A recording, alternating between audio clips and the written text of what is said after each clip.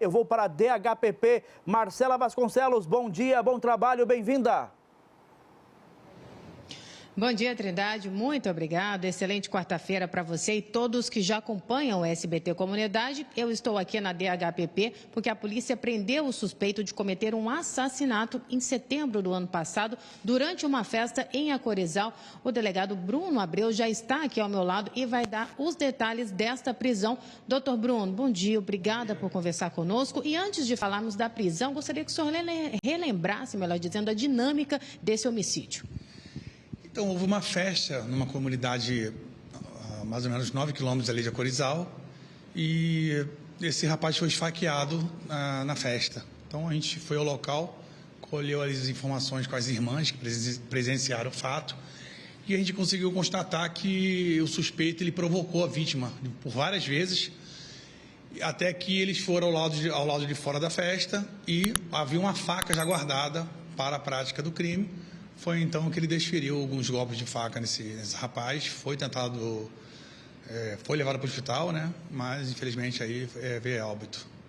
Falando um pouco da evolução dos trabalhos até chegar à prisão, doutor, conte-nos, né, como é que foi essa dinâmica? O senhor nos falava aqui nos bastidores que ele chegou a querer, né, com a intenção de se apresentar aqui para o senhor. Por favor, conta os detalhes para quem está nos assistindo.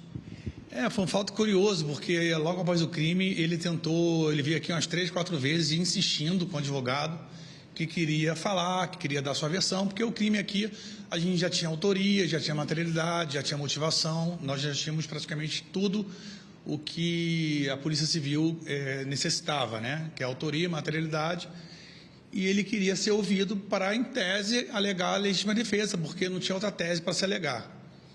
E, até então, nós chamamos ele aqui na delegacia e, na hora de ele prestar o depoimento dele, ele manifestou o desejo dele de ficar em silêncio, o que causou surpresa, tendo visto que a gente nunca viu isso, né?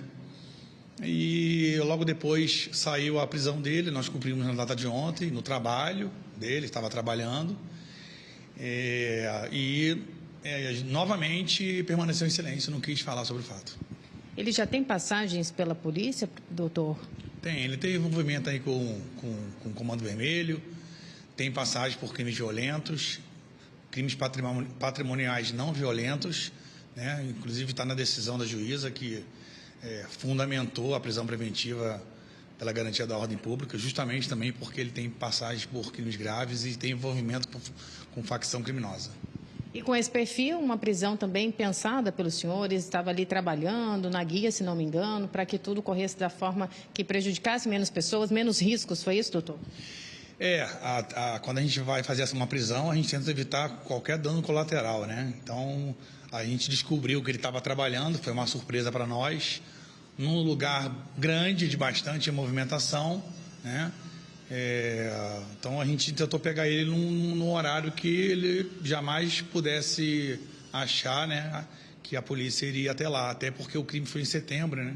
Então, ele estava bem tranquilo, ele nem imaginava que ia ser preso. Então foi uma prisão muito tranquila, a gente chegou lá, deu voz de prisão, ele abaixou, a gente algemou, trouxe. Então uma prisão praticamente assim, para nós da polícia, uma prisão perfeita.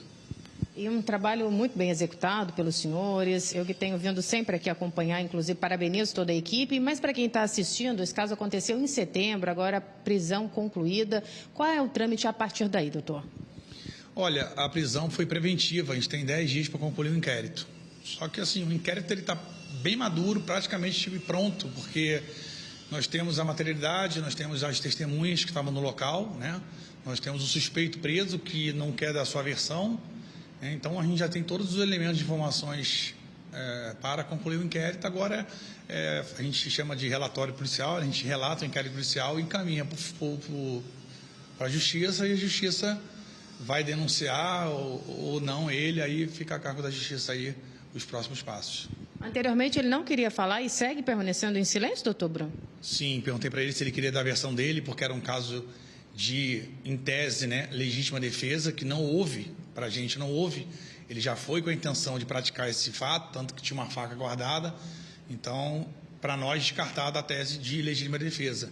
Mas durante as investigações, ele havia falado na comunidade que desferiu esses golpes porque houve provocações da outra parte, né? Então, a gente imaginou que ele queria dar a versão dele sobre isso, mas ele, para nossa surpresa, continuou querendo permanecer em silêncio e a gente não tem o que fazer.